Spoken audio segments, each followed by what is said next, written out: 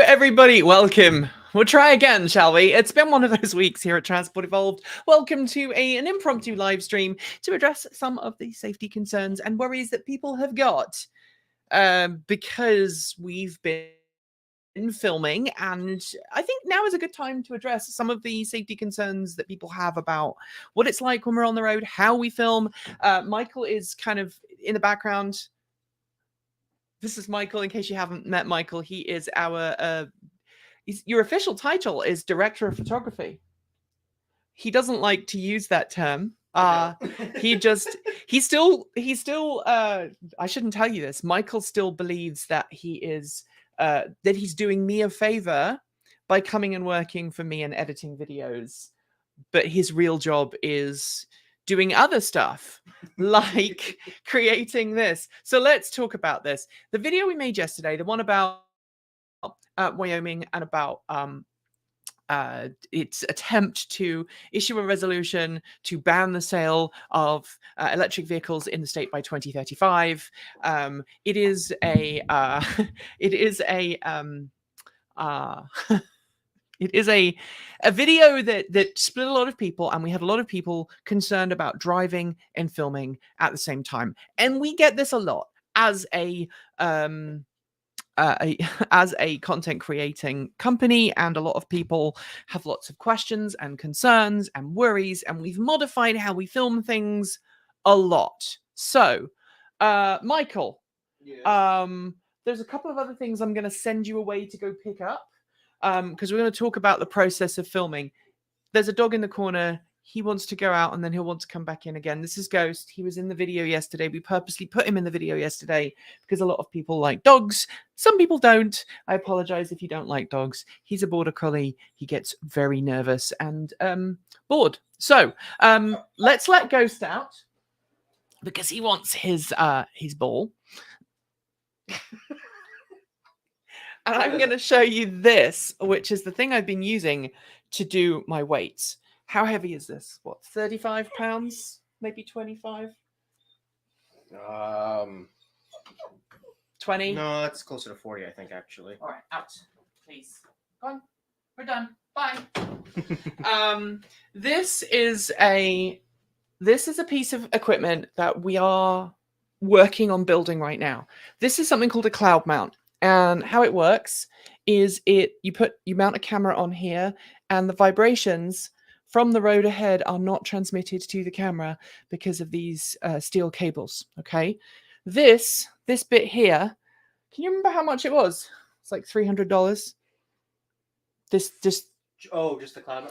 just about $300. I think just under. Now you can buy a pre-made camera rig, as used by folks in Hollywood and all around the world. You can buy anything like that from as little as $3,000 all the way up, right? And we're a small company. We don't have a lot of time and money to spend on that. But what we do have is someone who used to be a professional machinist. So what we did was we purchased this, which is just a hitch for a US tow bar. And the idea behind this is that you put, your hitch pin through there. And this is designed if you were making a trailer, you'd use this to attach your made trailer to your truck or your car. But what we've done is Michael drilled this. He very carefully marked it, and he used the drill press that we own, and made a special mounting point, and he's painted it. This is solid steel, isn't it? Steel bar. And then he's going to put this goes into the back of the truck, and then on top of that is this, which goes on here like so, or rather like that, I think. Yeah. And on top of that, we put our gimbal. Our gimbal will be remotely controlled. I'm going to put this down if that's okay. This is how we're going to future film our videos. Now, why am I showing you this? Because I know a lot of people have had concern in the past about how we film our reviews. So much so that Michael and I decided that we were not going to show the chase car in any of our reviews. So when you see car reviews, when you see car reviews on TV, when you see them on YouTube, generally, somehow, someone has got a camera close to the car that they are filming. Now, a lot of people think you can use one of these puppies, a GoPro, and strap a GoPro onto the bumper of the car in front, and then you've got a lovely view of the car that you're filming. The problem with this is two things. One, you can't change the focus point of these cameras. You cannot change the aperture. You can't, not easily. You can do it, but you can't do it remotely easily while the camera is working. You also can't see what is being filmed easily from within the vehicle unless you've got remote monitoring. That remote monitoring software that GoPro makes is a bit rubbish and it's not very reliable. The other thing is these lenses are designed to capture as wide an image as possible. And that means in order for you to get a good image of the car in front or behind, you have to get very close. So these are not ideal. They have some other issues as well, Michael. Can you tell everybody what this is like as footage to color? Coloring wise, it's not terribly bad, but that's because it's a very low resolution in comparison to literally any other camera that we have. I mean, I would say that it's quality wise, it's on par with one of your older Canons that doesn't shoot in 4K. They're good for mobile shots, places that are hard to reach where you need a light camera, but for real good use case scenarios that we use it for, they're kind of secondary. And when you've got these on a car and you're using them as a chase shot camera, they don't react very well to low levels of light. Yeah, which means that Michael has to do a lot of noise cancellation. So one of the videos we did recently, you said it was like 4 hours. On my computer at home, yeah, I think to render out one of the trailers, which was only like a minute, took about 4 hours. Right, because of all of the noise cancellation. Just all the noise cancellation. That was actually the Kia one you did at home. And I think that was a Kia one. Genesis, I think, actually. It wasn't 4K though, was it? It was a 1080p version. I think I made it 4K. Right, okay. Why it took so long. So the GoPros are great in-car, right? Because they're small, you can put them up on the windshield. The in-car stuff, there's not a lot of movement. That's the other thing. Because these compress a lot of footage, they compress the image quite heavily. There's a lot of artifacts in the video if there's a lot of movement. Now, when it's me and Kate in the car and we're talking to camera, this is okay because we don't move a lot. Like, we're not moving all over the place all the time. And so the camera doesn't have to do a lot of compensation in its compression algorithm. When you have a highly compressed video and people are moving around a lot, the quality of the video is much lower than when everything is static. If you have a static video that is highly compressed, actually you can get a pretty good image quality out of it, but not for movement, which is why we don't use these as chase car. What we do use as chase car footage acquisition is Michael has a camera. He's a Sony camera that he brings in and we use. We also have our Blackmagic pocket cinema cameras. They're big, they're chunky. And the only way we can get good footage out of that is if Michael hangs out the back of a car. Now, to keep things legal, so we don't get into trouble with the police, and we have had a couple of occasions where the police have kind of looked at the camera car funny as they've gone down the road. Can you get the walkies from the other room? Sure. So we can show everybody. Yep. So what we do is Michael sits in the back of the Bolt. He used to sit in the back of my Bolt, and now he sits in the back of my wife's Bolt. We take the fake floor out of the trunk. We strap a tripod into the load bay area of that car. So literally we use ratchet straps and the tie down points in the back of the Bolt to ratchet the camera tripod securely. We fold down the 60 bit of the 60/40 rear split, and Michael sits in the back of the car with his seatbelt on, twisted. Not the seatbelt twisted. He twists in his seat, right? Yeah, I do. He kind of sits in the car and twists round so that he can access the monitor on the camera, and then the tailgate of the Bolt gets pushed up, right? Which with my partner's car, when we go over a bump, the tailgate bumps up and down sometimes, which can be, a bit of a challenge. We also then use these, which are radios. So you can hear me, right? You can hear me. We have one of these in the car that is doing the filming, so the chase car, and we have one of these in the car that is following, the car that the talent is in, as to use a movie term, although I would say that the chase car driver is much more talented.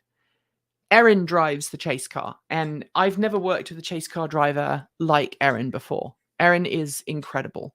She is capable of keeping a very, very smooth speed. You can't use cruise control in a situation like this. So she just keeps her foot very steadily on the accelerator pedal.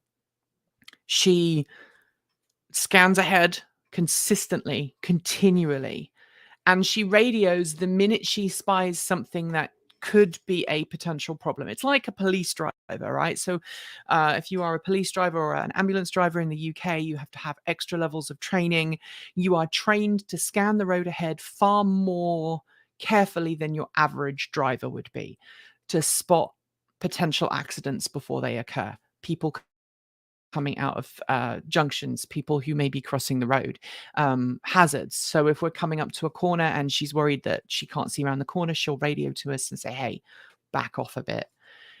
We then keep a distance, a set distance between the camera car and the car that is being filmed. That enables us to use cameras like this. Where's the black magic? That enables us to use cameras like this in the back of the car to, this is a zoom lens on it. We normally use Michael's Sony, but we've used this before as well. He is able to flip the monitor and monitor what's going on and film. And because he's he's got the tripod, he can twist and things like that. However, that does still present some, challenges from a filming perspective. The challenges are, one, the quality of the video that comes out of Michael's camera is not as good as the quality that comes out of these. If we're going through heavily shaded areas and we're going from dark to light to dark to light, it's very difficult to control the camera's aperture because you can't necessarily reach all of those controls. You're just kind of making sure that it stays in focus. That's pretty much all we have, all Michael can do. And it also means that the back of the car is open, right? It's open to the elements. We can't film if it rains. It's very noisy and windy. It's cold for the guys in the camera car. Other companies, other people who film car content, they'll very often use a minivan. And they'll use a minivan with sliding doors because that allows the camera to be closer to the ground inside the vehicle, and the cameraman or camera woman or camera person will be sat in the back of the minivan with the doors open, and they can film passing shots like that. Now, that's how it's been done in the industry for a long time for car reviews. And we've done that a couple of times with some vehicles. We've been able to film side shots like that, but we're a small company. We don't have a huge budget. And so what we do instead is we try and make do with what we have. Okay. And so when the F-150 was available to us, we decided to get the F-150. And the reason we got the F-150 is because Michael is putting the gimbal on the back of that. This has those cables, by the way, the cables are vibration protection, right? So if you shake that, Michael, you see it moves. It can move forwards and backwards. So it isolates the truck and the camera. And then we'll put, what's it called? We put a Ronin on top of there, a Ronin stabilizer. And then Michael will be able to remotely control this from inside the truck. So the camera will be on the tail, on the hitch of the truck. We'll still have these. Because everything is remote controlled, we can control the focus, we can control the zoom, and we'll be able to remotely monitor it from a monitor inside the vehicle, which keeps everybody a little bit safer. It also means we can make the distance between us and the car bigger, which is safer, right? So it means we can keep that 2-second gap if we need to. And when you won't have seen this, but there are a couple of views when you can see the chase car and people got upset and said you were driving too close. And when we do film chase car shots, we only focus on chase car now. We just focus on being a chase car setup. We do not try and review the car and do chase car. We used to. We decided that was too dangerous. So we now just focus on being a chase car and a review car. And when the person driving the car that's being filmed sets the car up so they can see through the car in front, if that makes sense. If I'm driving, I'll set it up so that I have a view of the road through the chase car and I can see around the chase car. And then we have the radio contact too. So that means if there's any possibility that we're going to need to stop, we stop as a pair, not as a reaction. And that's why we have the radios. That's why we stay in constant contact. And that is how we do that. We've bought this mount because it's cheaper than buying a pre-made one. Michael is setting that up. And I think the first car review of 2023, the idea is that we're going to use this in the first car review of 2023. Everything will be remote controlled, so everything will be safer. The only downside is we won't be able to use this in the rain, not because it's not safe for filming in the rain, but because getting this waterproof or getting this wet would be bad. We have a lot of money invested in this gear. Do we even know how much this is? The lens alone is about $1,000. Yeah, camera's 20 about 3,000, I think. 3,000. So it's 4,000. About $4,000 worth of camera. About $4,000 worth of camera equipment right here, and then that Ronin is another 1,000. So we've got $5,000 worth of camera equipment to get those really juicy shots of the chase car. It's just not safe to do it in the rain because we are insured. We have insurance to insure all of our gear. We have a liability insurance to insure us on the road, special insurance for the purposes of filming that's designed for like Hollywood or news broadcast organizations. It's kind of expensive, actually. It's like over $5,000 a year. We have that insurance and we film these. So that's how we film the in-car stuff in the review. When it comes to filming in-car, we'll have 4 of these, sometimes 3, sometimes 4. We strap those on. Kate and I have been wearing these. Can you go and get the gods, please, the deities? Yes. Please. Sorry. We use these. This is what I used yesterday when I was filming. Let's see, it says TEF21. And this is my microphone. These are my wireless. This is my fixed microphone. So if it's just me, I'm doing a Sunday musing. If we're doing a studio, Kate uses these in her studio when she is filming her videos. She just uses these. We have an overhead microphone here because it's better sound quality. But when there's no possibility of recording 2 groups of people at once, is that the old deity or the new one? That's the new one. Yeah. So we use these, but when there's more than one person,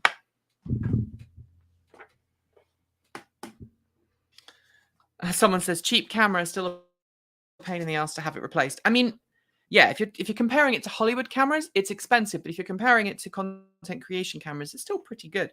So we have these. These are our deity.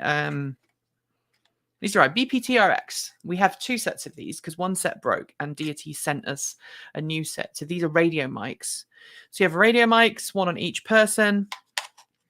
And then These have a microphone that goes to the pack on your bum, and then this sits on the camera, and then it all connects together. So this is how we record the audio to make sure everything is good. Now, you may have noticed in the last couple of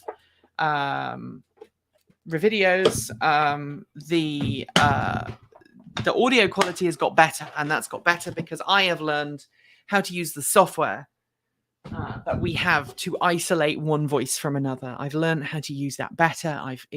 It's easier to use than it used to be, and there we go. Short of putting the cam in an underwater rated housing, it's impossible to guarantee it won't get wet in the rain, and that's exactly our point. So when we are filming, sometimes when we do a review and it's been raining, we only get a week with the car, right? We only get a week with the car. We don't get more than effectively 6 days. So what happens is the car arrives on, it's normally Thursday, isn't it? Yeah, it's normally Thursday. So the cars normally arrive on a Thursday. Apologies for a ghost barking. He wants to come in. He's not going to come in. The car normally arrives on a Thursday. That Thursday, Michael gets the car almost immediately because at that point it's clean, and he uses a slider to get the pretty pictures of the car, of the camera, of the going in and out of the car. He uses this camera on a slider. Slider is basically a piece of equipment that allows the camera to move either this way or this way on a roller smoothly to make that really smooth shot. He gets all of the interior shots, all of the exterior shots.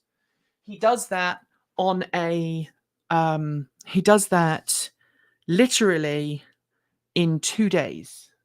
Does 1 day outside, 1 day inside. Sometimes he has to do it in 1 day. We have to do weather checks before the car arrives. Living in the Pacific Northwest, it rains a lot here. So sometimes Michael has to hide the camera underneath an umbrella.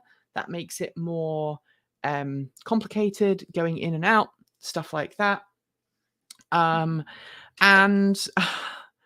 no ghost, you cannot come in.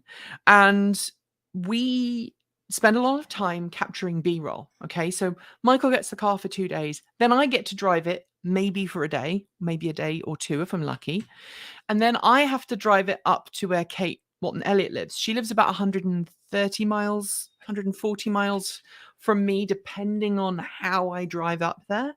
So I'll drive the car up to her. She'll get it for a day. So she gets a chance to drive it.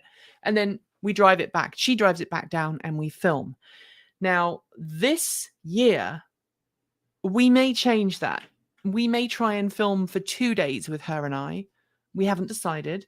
But right now, we get to do the walk around and the drive in a single day. It's a full day of driving, full day of filming, everybody on staff, all hands on deck. Michael does the camera work. Erin does the driving, the chase car stuff. When we're doing the stand-ups, which is basically when Kate and I are not actually physically driving, we're walking around the car. Erin will be puts a pair of cans on, puts a pair of headphones on, and she makes sure that the audio sounds good. If there is an issue with the audio, like we wander out of range of the transmitter, she lets us know. That's how we produce those videos and how we try and stay safe. We try and pick locations to film, both in terms of our driving and also in terms of our talky bits, that where we are not going to be in the way of businesses. We're not going to like impinge on someone's space.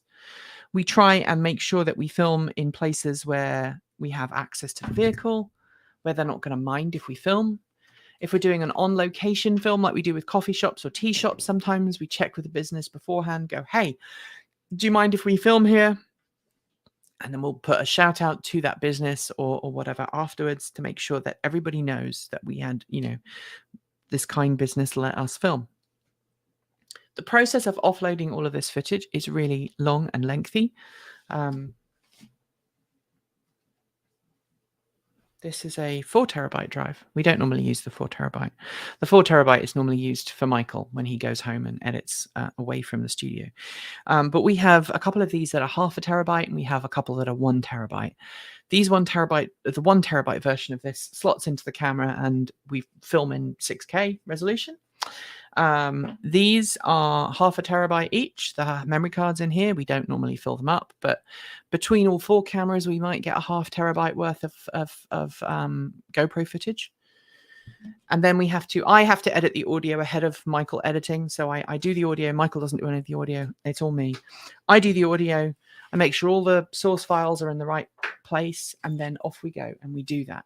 Now, there are some questions. Someone asked, Stephen asked,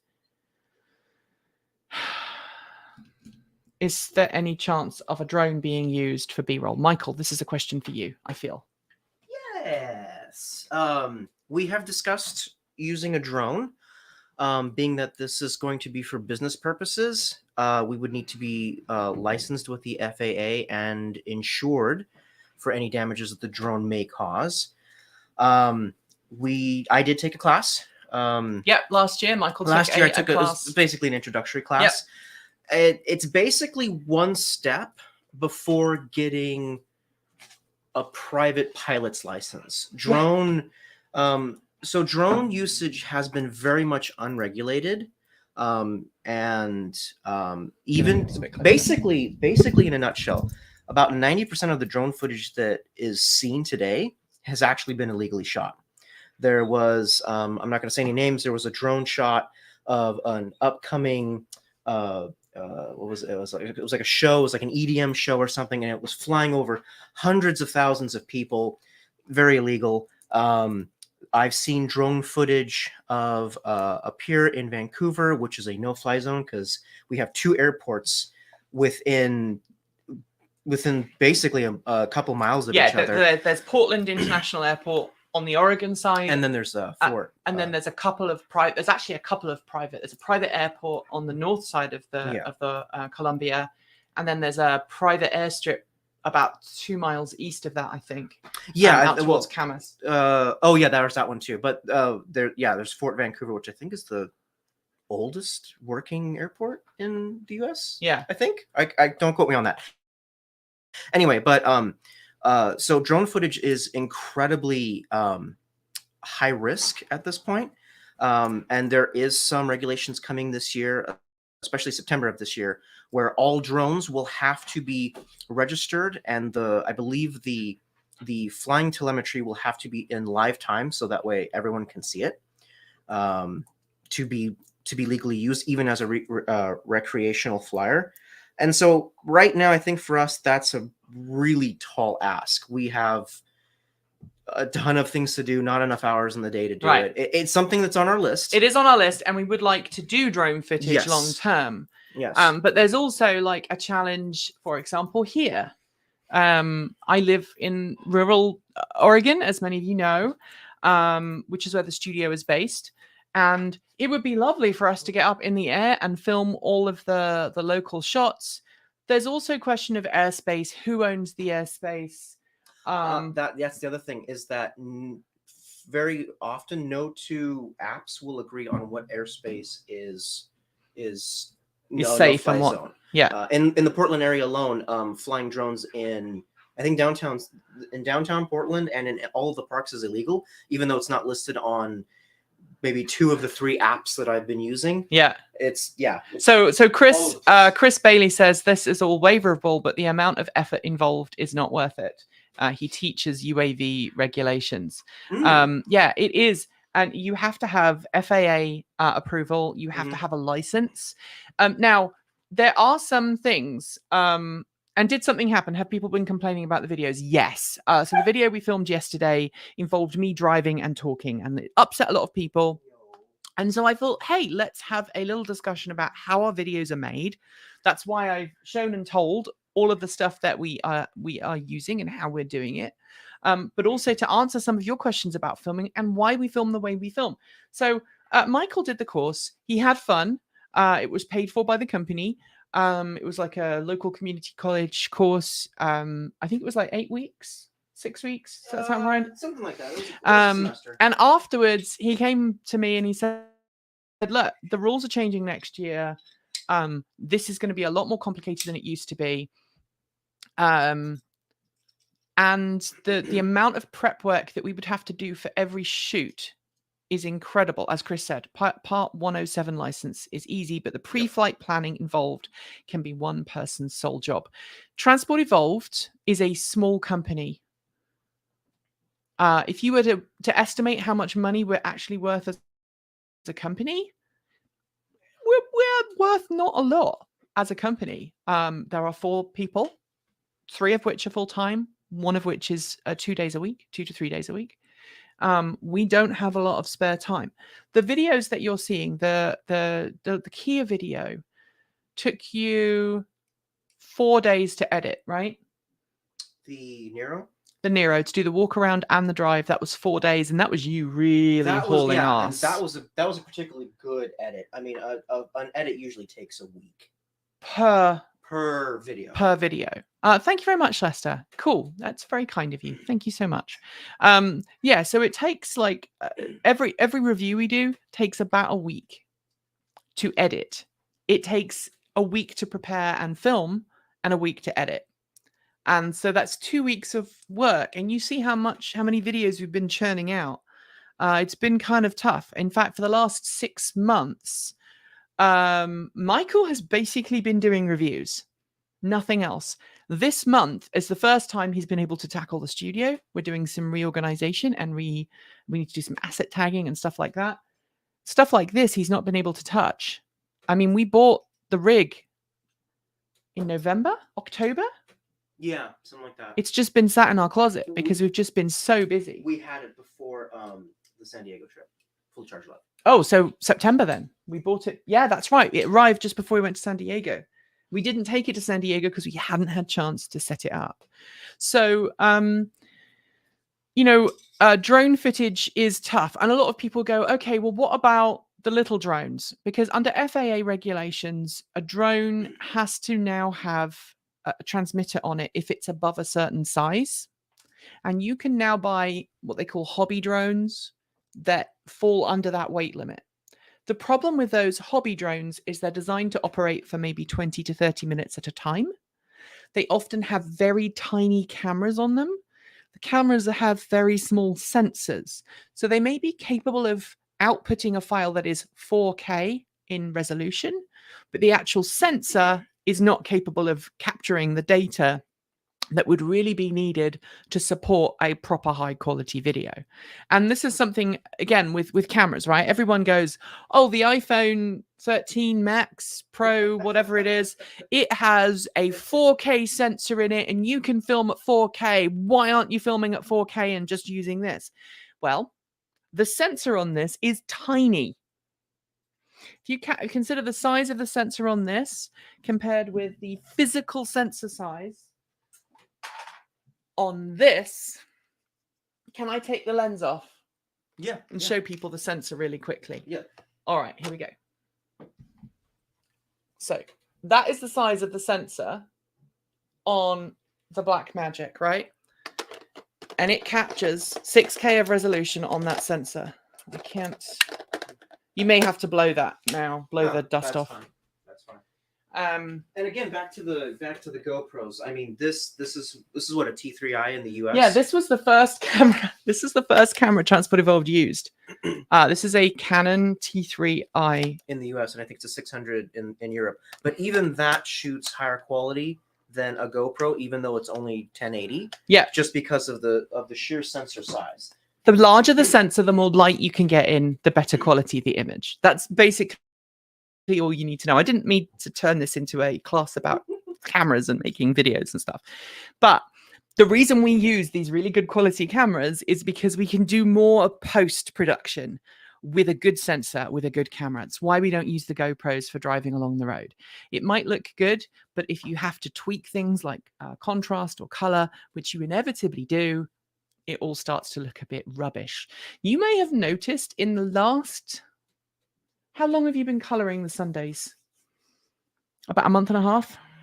Yeah, something like that. Not so very long. November, Late November, early December, you may have noticed the Sunday musing started to look better. It started to look better because I stopped coloring and Michael started coloring them. And Michael can actually color GoPro footage to make it look half decent. And so the camera footage is a lot better.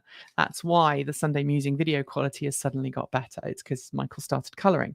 I'm not color blind, but I'm color insensitive. I struggle to differentiate visually the difference between certain color spectrums or spaces. I always have to get Erin or Michael to double check, even 10.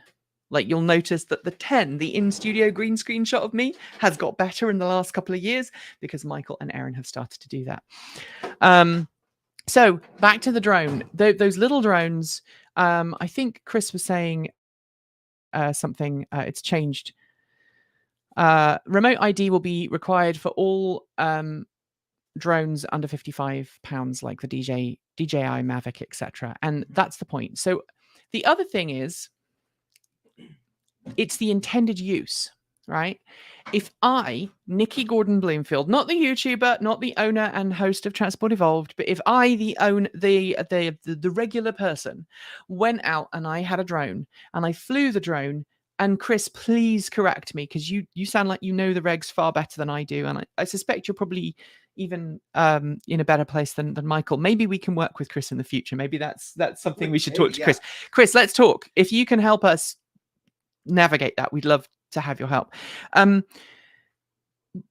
There was a time where if you flew a drone and you were not producing commercial footage, you were allowed to fly it. So if you were on holiday and you wanted to get a capture image of the coastline, as long as you were in an area that wasn't restricted, you could fly that drone and no one would bother you, right?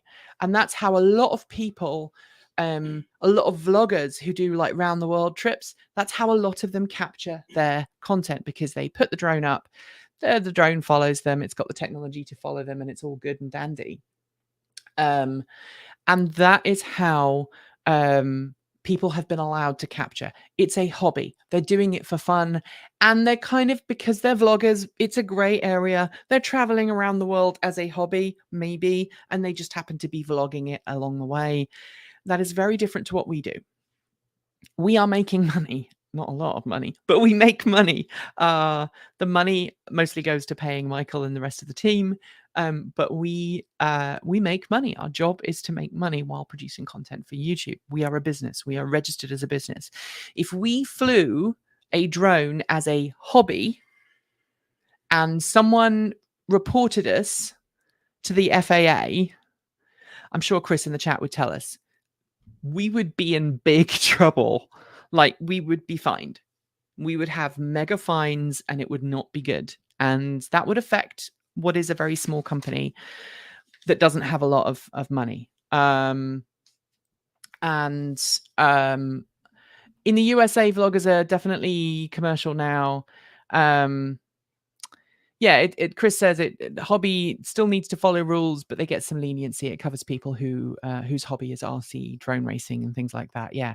But over here, FAA fines are not good. No, they're not. And we don't want to be fined just so that we've got a beautiful shot of this nice fancy car driving down the road, which is why we're having this. Okay. If you're driving down the freeway with a car with the tailgate up, that is a big red flag to someone. Hey, this car is doing something different. Now, there's no rules against having your tailgate up as long as the load is secured and everything else, and your lights are visible, which they are. But with this tailgate hitch arrangement, everything is safe. The camera is safe. The cables are safely tied. Michael is either going to be sitting in the passenger seat or the rear passengers in the rear bench. He is going to be controlling the drone remotely. Michael will be the one with the radio, probably. And so everything is properly arranged. We work our routes out before we travel. That's the other thing I didn't say. So we always, I'm playing with the radios. I'm going to put the radios over. Take the radios. We plan our routes in advance. And one of the things we want to do this year is become even stricter about our routes. So we are now going going to be working on planning every route long before we do it. And when we do a review, we sometimes don't get to do it because of time, but what we try to do is plan a route that we can repeat so that we can do it once with a chase car and once not. And the idea is that when you're watching the video, you shouldn't be able to tell the difference between when we've been doing the B-roll and when we've been doing the A-roll, the in-car review. Another couple of questions, because I know it always comes in. There's been a couple of people who have been criticizing our joint reviews, and they haven't actually said who they feel is doing it, but I think it's directed at me. One of us is hogging the camera and not letting the other person speak. Kate and I, when we produce reviews, we are both on camera and we both talk. And when we are filming a review, very often one of us will have more to say than the other. When I ask Kate questions and I'm driving, it's because I want to make sure that we follow and cover all of the points. And I'm sorry if that comes across as me dominating the video. And, you know, we try and work out a script, not a script, but we work out we're going to talk about this, we're going to talk about this, we're going to talk about this. We don't have a script when we're doing in-car reviews. We can't read a script when we're driving, and there's not enough time to memorize a script. So thank you, Chris. I just got an email from you. When we are filming, we only have that week with the car. And unlike, say, Top Gear or one of the other massive channels, they may get 2 or 3 weeks with a vehicle. And they may even let the writers go and drive the car for a week first. So the people who are writing the script, they will write the script sometimes before the vehicle even arrives. They'll write that script. They'll come up with some kind of rough ideas based on some time in the vehicle. And then the actual people reviewing it will review that script with them. The people who are going to be on camera, they will review the script with the writing team and come up with basically a rough outline of what they're going to say when the cameras are rolling. We don't have that luxury. We don't get more than a week with a car. We literally get a few days. By the time Michael's had some time with it and Kate's had some time with it and I've had some time with it, we're pretty out of time other than the actual day of filming. We try and work in one day where the car is just sitting in case the weather suddenly takes a turn for the worst, in case someone is sick. But when the car has to go back, it has to go back. We can't just call up the car company and go, can we keep the car another week? Because it has to go back to the fleet management company. And there are a couple of fleet companies. That's the other thing that people don't realize. We don't get the cars directly from the automakers normally. Sometimes there are exceptions, but we get them from a fleet management service. There are 2 fleet management services that we deal with here in the Portland area. They're both national companies in the US. They both have regional offices. I'm not going to name them, but if you look on our videos of our car reviews in the credits, it will say something like, this company provided the car to us on behalf of car maker for the purposes of this review. And I sent an email this week to one of those companies. They send you a list of, these are the cars available on our fleet. Please tell us if there are any of these vehicles you would like to review. And the vehicles that I have just managed to nab, it's okay for me to say, right? Oh, we put it in the videos. No. But it's okay to say what vehicles we've said yes to this year. I don't think there's any. Okay, so we are getting the Kia EV6 GT. We've said yes to that. In fact, that particular fleet management company might be one of our favorites. Reached out to us and were like, hey, this car is coming on fleet. I know you've wanted to drive it. Do you want to book it? Yes or no? And we've booked it. So the Kia EV6 GT, that's the high-end performance variant, that's been booked. I think we're getting that in March. February, March. We're getting that. We'll spend a week with it. We've booked the ID4 Pro all-wheel drive. That's the United States made all-wheel drive variant of the ID4. I'm super excited to try that. I didn't really like the rear-wheel drive. It didn't feel powerful enough. Really excited to try that one. And there's one other car. Oh, Toyota. We're getting the BZ4X at last, finally. It's a great, we've got those cars coming, and that is how we book them. Now, a lot of people say, well, why hasn't name of company given you a car? In order for us to get a car from a car company, we have to work with the liaison company, the fleet management company. They have to make the case on our behalf to the automakers that we are worthy of spending some time with these cars. So we have to manage the relationship with the fleet company, and the fleet company manage the relationship with automakers. Sometimes we have a direct line to the automakers. So Ford, Toyota, Hyundai, Kia, BMW, Mercedes sometimes, Chevrolet, GM, maybe Nissan, not so much Nissan because the people who I used to know have left. If I know someone at those car companies, I can send them an email and go, hey, how's it going? How's the family? Hope everybody's doing okay. We would really like to get some time with this car. Do you have one on the fleet? And the reaction normally is, there's not one on fleet yet, but there's one coming. And when we know there's one coming, we'll reach out through the fleet services. A lot of the time, those companies never get back to you because emails. But there are a couple of companies who are really good about it. GM is actually one of them. GM actually goes, hey, yeah, okay, we note that you want to drive it. So we'll make sure that when that car goes out to the press fleet, we will get that press fleet to reach out and say, hey, book some time with the car. So that's how we got the Hummer. That's how we got the Bolt EUV. They've promised us the the Cadillac Lyric. That is promised to us at some point this year to spend some time with. But we can only get access to cars when the cars are on the fleet, right? A lot of YouTubers buy cars. That would be incredibly expensive for me. Now, I have a good credit rating. I have a very good credit rating. I could probably go out tomorrow and get a $100,000 loan on the latest and greatest electric car, and I could drive it for 6 months and sell it. But that puts all of the risk in my my basket, and it also kind of goes against what we are trying to do as a company, which is to try and be as sustainable and equitable and fair and actually behave like your average car buyer. Buy a car, keep it for an extended period of time, report on that, but then get a chance to drive all these other vehicles in the way. So that is that kind of how you should now understand how we get the cars, how we film them. And we've done this video before. I know we've done this video before, but this is kind of like an update to it.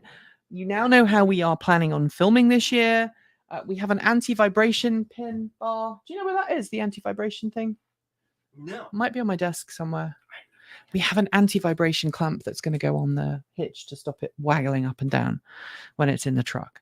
But the other thing is, the reason why we don't use a minivan or whatever, and we'll use the F-150, is the F-150 is freaking huge. People stay away from that, which means the camera on the back of that is not going to be a danger to anybody or anything.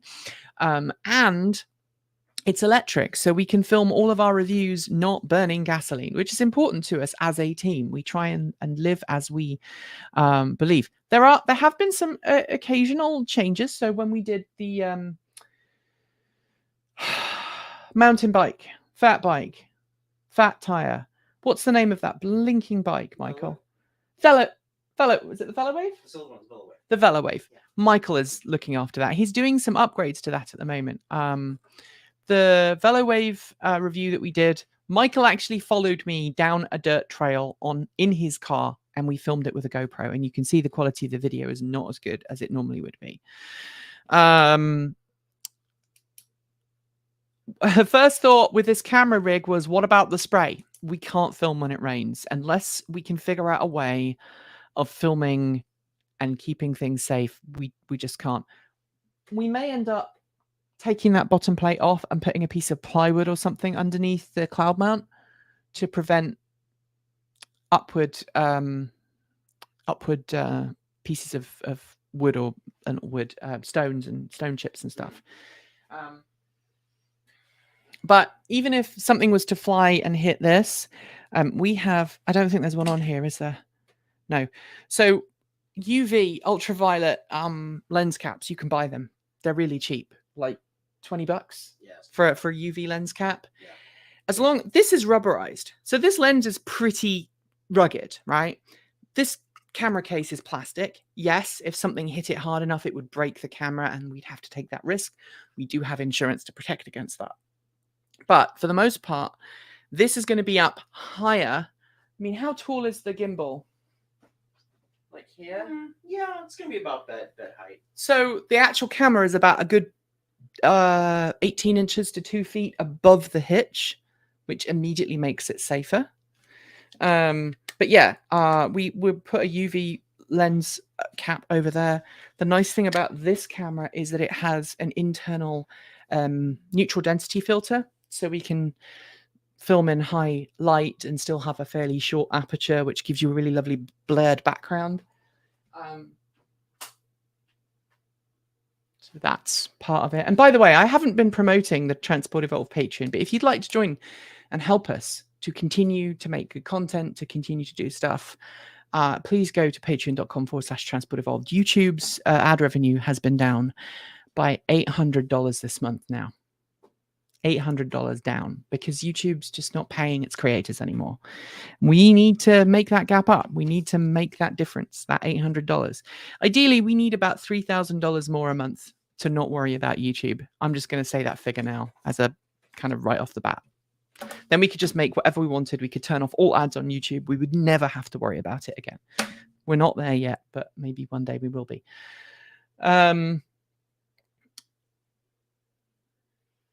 The fast lane car buys, like you say, and is promoting a newer used car buying service when they're done with. Yeah, that's true. And a neutral density UV filter is cheap protection for the first lens element. Exactly. That's what we're going to do. We have wedges. Yeah, we have a special anti-vibration plate to stop it vibrating. But that's why we have the cloud mount, which is what this funny thing is. That thing. The cloud mount stops the vibrations from being transmitted to the camera, and then the camera itself has anti-vibrations down as well.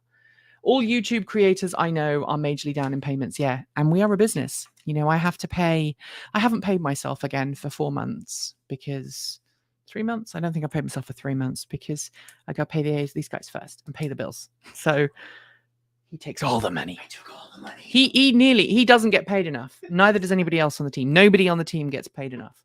They really need to be. They're not being paid market rate. I think that's fair enough for me to say. Acknowledge. They're just too awesome to, stay around. So that is all of the thing. Now let's talk about what I did yesterday. Yesterday we had 2 cameras. We have 2 cameras set up yesterday. One focused on me and one focused on the road. Okay. A lot of people were concerned that I was driving and talking at the same time and filming and looking at the camera. So this is literally my crib notes from yesterday. I don't think it was this one. This one was wrong. This was one that I wrote and it was wrong and it had a wrong figure on it. So I made a new one. It said 63 mpge instead of 70. What we do when I'm just in the car, I had literally a stack of these down by my steering wheel, down by my gauge cluster, and I just occasionally ripped one off and threw it onto the side. I'm sorry, Ghost. Ghost loves Michael, and Michael is his favorite person during the day, and I'm his favorite person some of the time, and my wife is his favorite person some of the time. But when Michael goes out of the office and leaves Ghost in the office, the world is coming to a terrible, terrible end. Ghost, come here. Come here. Come here. Come on, up. Say hello to everybody. There we go.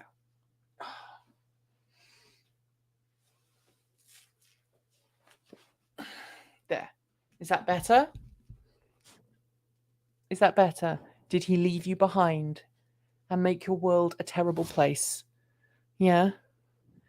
Are you missing Michael? He will be back. I promise. It's like, I don't like it. Okay.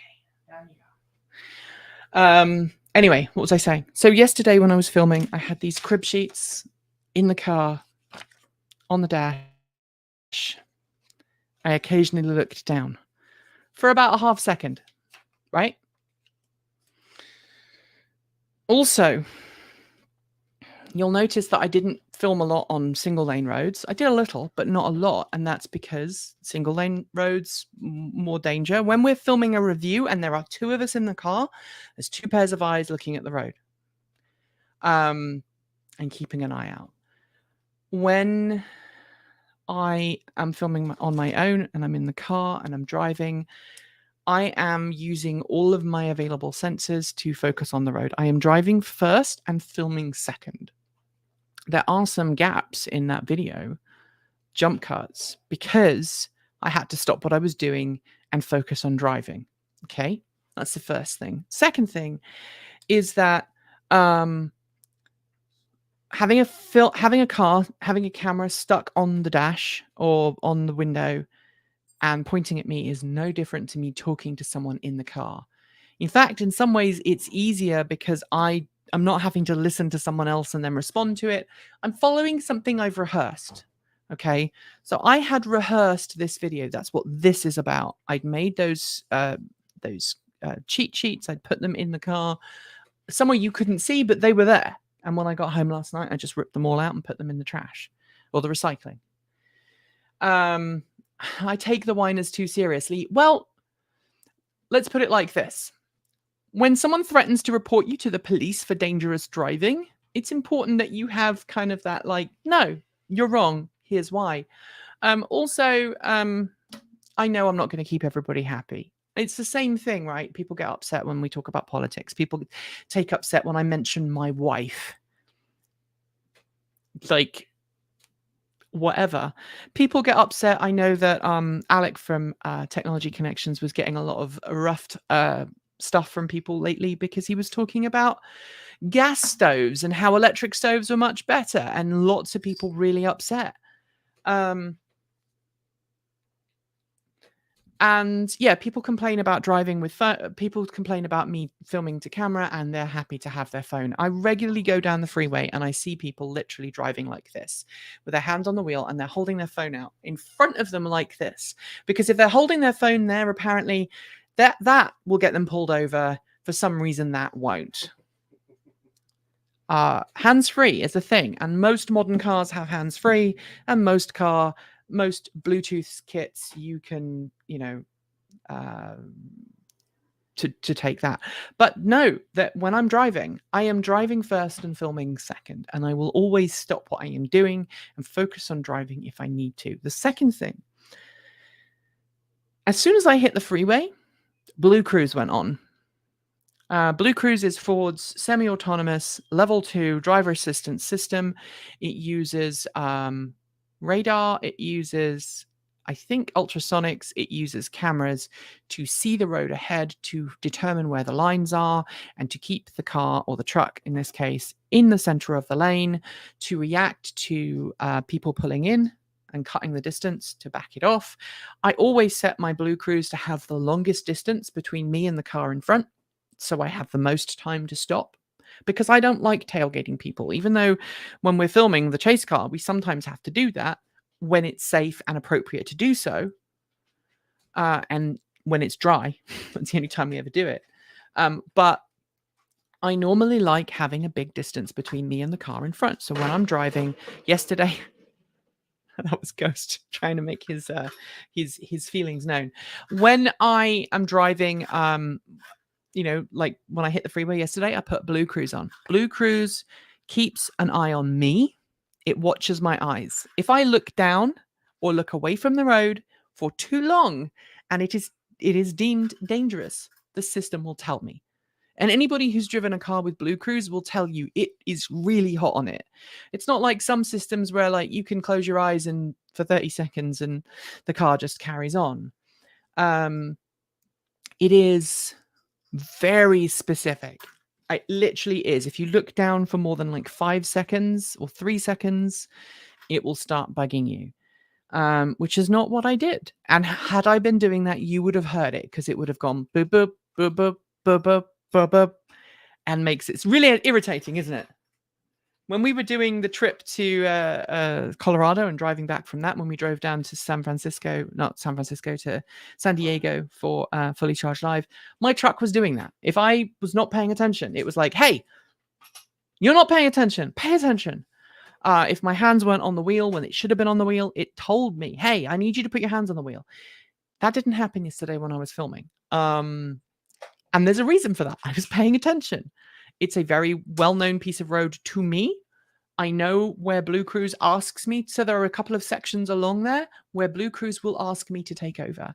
If the weather conditions aren't right or if there is an issue, it will ask me to take hold of the wheel.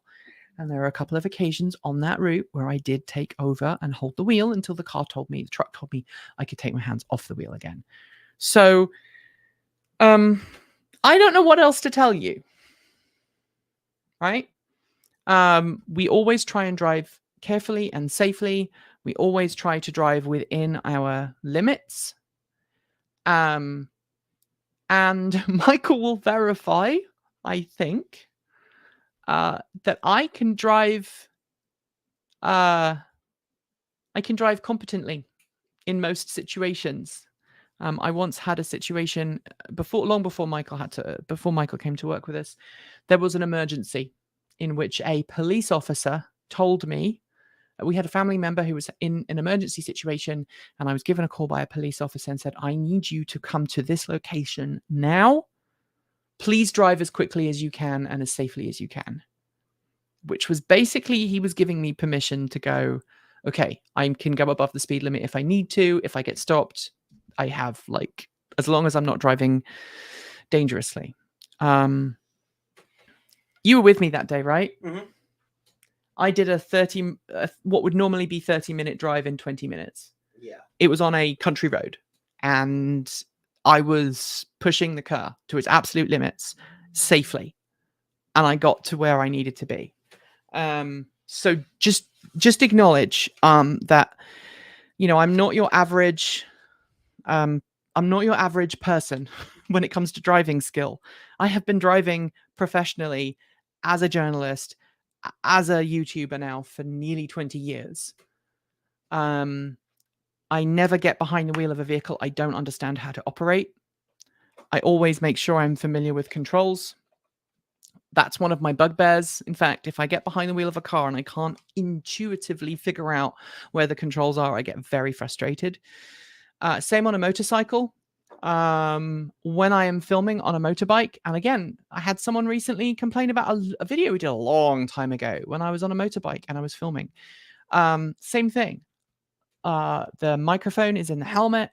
I have my hands on the handlebars at all times. I am looking around and paying attention. I'm not taking risks. At the end of the day, if I'm in a situation where I have to choose between getting good audio, good video, making a video, and being safe, I will choose being safe. Because there's only one of me. There's only one of Kate. There's only one of Michael. There's only one of Aaron. That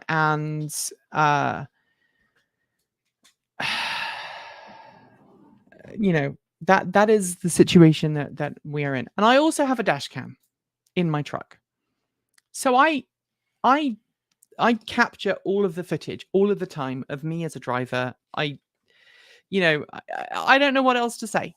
But if the 60 or 70 people who've commented in the last 24 hours about me not paying attention driving or me being a dangerous driver or whatever, just know that if we don't do these videos anymore, we don't do in-car videos, we cut off a whole section of our abilities.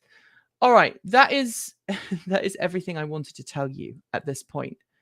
There are a couple of other things that I want to just touch base with you on. The first one is, how much can I tell you about this? All right.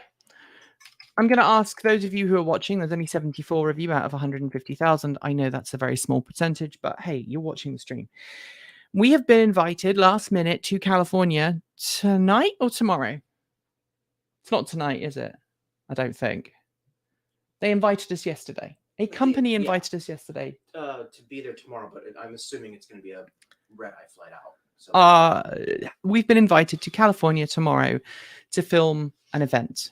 It involves an electric bicycle. It involves a high-end electric bicycle. We're talking about an electric bicycle that probably has a several $1,000 price tag.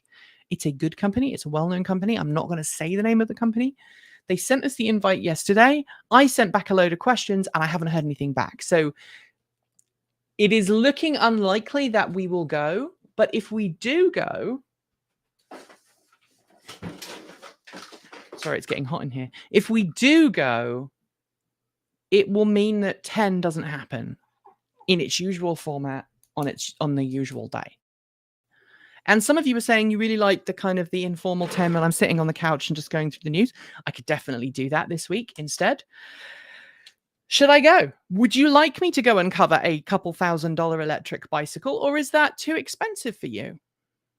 Because electric bicycles are much more popular than electric cars and electric plug-in hybrids and hybrids. Is that something that you would watch? Because we're trying to make content this year that people want to do. Do whichever brings in the most money for us all. I honestly don't know what brings us in money anymore because YouTube is no longer paying the bills. That's why I'm no longer paying myself, because YouTube is... So you think I should go? Fine. Even though 10 would be pushed back and we wouldn't be able to make 10. Okay.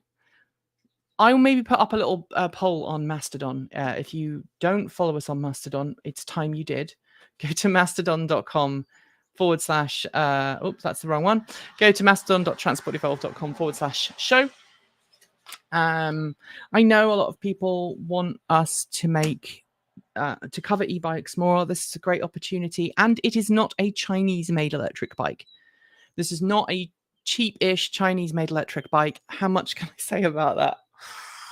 Well, I tell you what. I don't know if it is. So there's a company that has been wanting us to,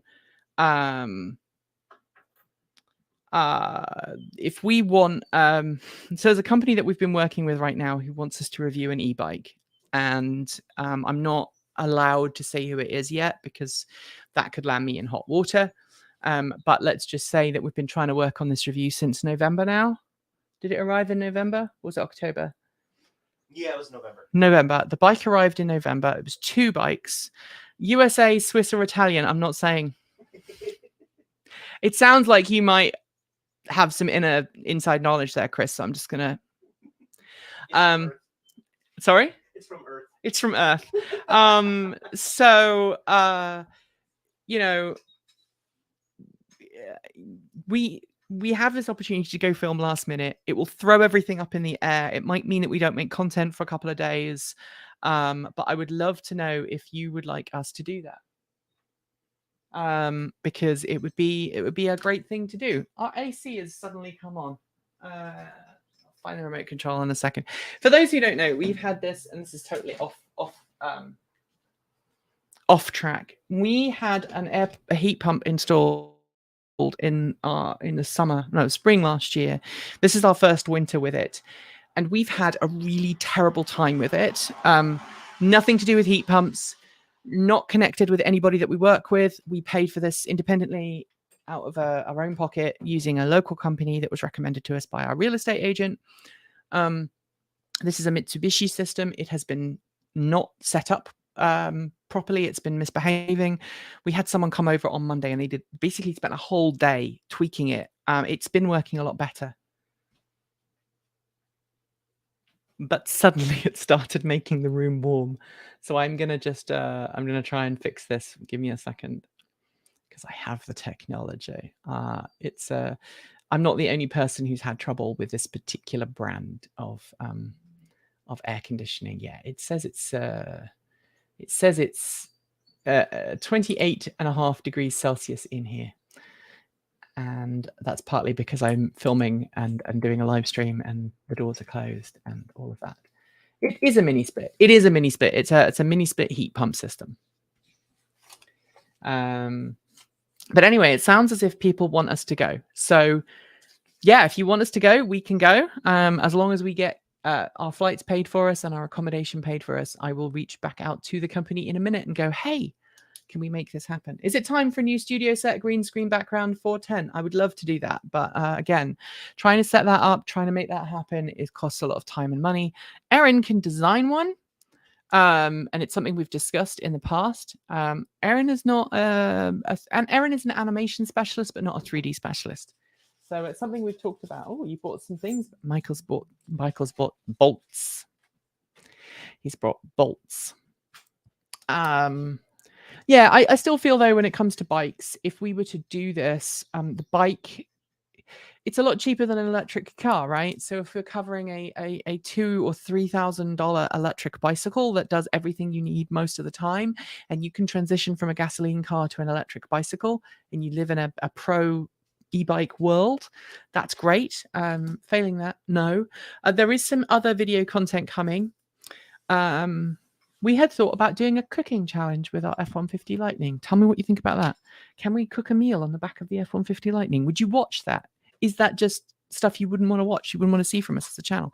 We also want to do some stuff about affordability and renting and owning a car, an electric car, and we're working locally here. When will I visit London?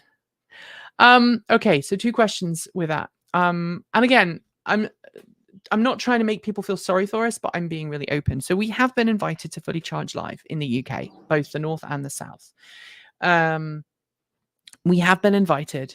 Going to Fully Charged Live in the UK would probably require, you'd want Kate to go. Kate won't Elliot. You'd want me to go. You'd want Michael to go. And you'd probably need Erin to go too. So just say if we went flights to the UK, in like now we're looking at between $800 and $1,000 per person for a flight. So that would be, what do we think? That would be $4,500 to $5,500. We'd then have to put accommodation into that as well. So we'd be looking at $6,000, $7,000, probably $8,000 by the time you paid for all of the luggage, for all of the camera gear and everything else. Because we want to film, right? If we were going there, we would want to film there as well. And then you're looking at about $8,000 worth of costs to go. I will come back to London. I really want to desperately see my mum. I have not seen my mother since 2019 because of COVID. She is someone who I know does not want to catch COVID. Let's leave it at that. Someone who must not catch COVID for health reasons. And so I wouldn't want to go over and see her unless I absolutely knew I would be safe flying on a plane, going over to see her and stuff like that. But I will come back to London. Don't worry. I intend to come back to London. Just because the UK government has decided that I am the enemy of the people does not necessarily mean I'm never going back to the UK. And someone brought up the UK legislation earlier. It is ridiculous. Go and watch Sky News, which is not very fair normally towards LGBTQ people, did actually post a video of the live stream of the parliamentary discussion on the whole Scottish UK debate about trans rights. It is very good to watch. Go watch it. You'll see that the SNP is very pro rights and the UK government is just making excuses. So yeah, go watch it. If you want to know what life is like in the UK right now, go and watch that particular thing. I think it will open your eyes quite dramatically. Cover FCL in Canada, which is much closer. Yeah, we are hoping to go to FCL in Canada. It is less than a day away for us, so we can drive up in a day. That is how we would do it. We'd go and we'd stay in Vancouver and stuff like that. That is how we are doing. But one of our goals this year is to do more affordable, more gritty stuff, more everyday people stuff. Everybody is feeling the pinch of a recession. Microsoft laid off 10,000 people today. And if you're one of those 10,000 people, my heart goes out to you. I'm very sorry that that's happened. So anybody running a company has a duty to keep their staff fed, watered, safe, paid well. And so we all have to make sure we're not wasting money on frivolous things. Thank you, Dylan, for adjusting your Patreon support. I guess you're watching the live stream. Thank you very much for that. That's very kind of you. I really appreciate it. As does the rest of the team. So that is how we film. That's how we make things safe. We are safe people. We try and follow safety rules. Michael, I'm just going to borrow for a second. Yes. Michael, tell me why you are so hot on safety relating to your old job. I mean, it was basically essential if you wanted to go home with all of your fingers attached to your hand and your eyeballs attached. I've had metal in my eye. It's not fun. So Michael used to work for a company that no longer exists. It does, just not here. All right. So a company that no longer exists in the United States. It was, I think I can say it was a fossil fuel company. Yes. Or it was connected to the fossil fuel industry, which I think is brilliant. Because of you guys, I've helped someone who was employed in the fossil fuel industry work in the green car world. Love my tail. My ponytail? Oh, yeah, thank you. I was like, is there a tail on you? Sorry. There are tails over there. There's a tail in that cupboard. It belongs to Queenie Deerheart. She's people know about Queenie, right? So I was looking around, I was like, oh, there's a tail. which one? There's a tail and a dog. Anyway, that's where she lives. So what was I saying? Right. So Michael used to work for a company that was employed in the fossil fuel industry. He made things out of metal. He was a machinist. And you have told me horror stories, not from that company, but from other companies you've worked with. Yes. Where that company you used to work at was very good on safety. They were very good at protecting their employees. They were very strict about safety. The ones that went after the ones after were especially bad. But when Michael worked, he worked for a while as a kind of a temporary employment before he came to work with us. There was a couple of companies where you said one guy literally just flayed his arm open. Yeah, flayed his arm open, and then they expected him to come back to work the next day. Right. I So think he needed 60 stitches, 40 or 60, something like that. So the point of that is that nobody on the team wants to do that. I pay Michael's healthcare. I pay towards Michael's healthcare. Michael pays some of his own healthcare, as does Aaron. Everybody on the team has good insurance, right? Good healthcare, good insurance. But at the end of the day, as an employer, it is my responsibility to make sure that he doesn't use it. As in, if he's sick, if he's got something wrong with him, I've had to nudge him and go, "Hey, go see a doctor." But if an accident at work happened that was preventable, but happened because we weren't being safe and weren't following procedures, this guy wouldn't be coming to work, which means I wouldn't have anybody helping me make content, which means my channel would suffer. You guys would suffer. And while, Oregon has very good worker protections to make sure that, you would still have a job, you'd still get your pay, full pay and all of that. You economically wouldn't be in a bad place, or Aaron wouldn't economically be in a bad place, but I would be economically in a bad place. So it's my responsibility as an employer to make sure my employees are healthy and they are safe. Because if either of those things are not true, I don't get to have these wonderful people working with me. That's how this works. You have to look after the people that you work with. We're a small enough company where even just having one person out can really... it increases the workload of everyone else. Right. We're not Microsoft, right? We're not a huge company, right? It's 4 of us. And when we all got COVID, Transport Evolved basically shut down for 3 weeks. You were off for 2-3 weeks? Yeah, about 2 weeks, yeah. Everybody got pay, by the way. Everybody got their pay as normal. Yeah. And everybody at Transport Evolved, if they need time off, just because they're having a bad day and they need time off, they get a day off.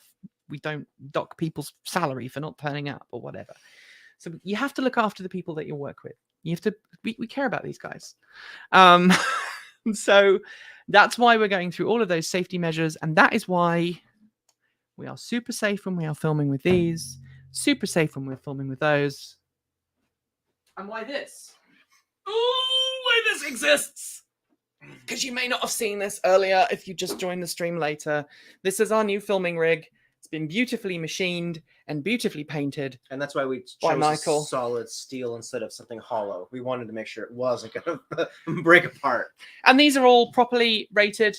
These have been torqued. Mhm. They've got Loctite on them. They are lock nuts with nylon inserts. Yeah. They've all been Loctited with blue. And Once the setup is complete, we're going to go to red to make sure yes, it doesn't come apart. once we're happy with it, that Loctite will come off, and Michael will put red on, and then. And if you don't know what red is, it basically means that you need to drop it into lava to get it back apart again. Right, and we have red. We have some red Loctite. So there you go. Anyway, thanks for watching the live stream. I hope that explained everything. I had fun. I hope you had fun. And as always, thanks for joining me. Keep being nice to one another. Keep being kind to one another. And don't forget, keep evolving.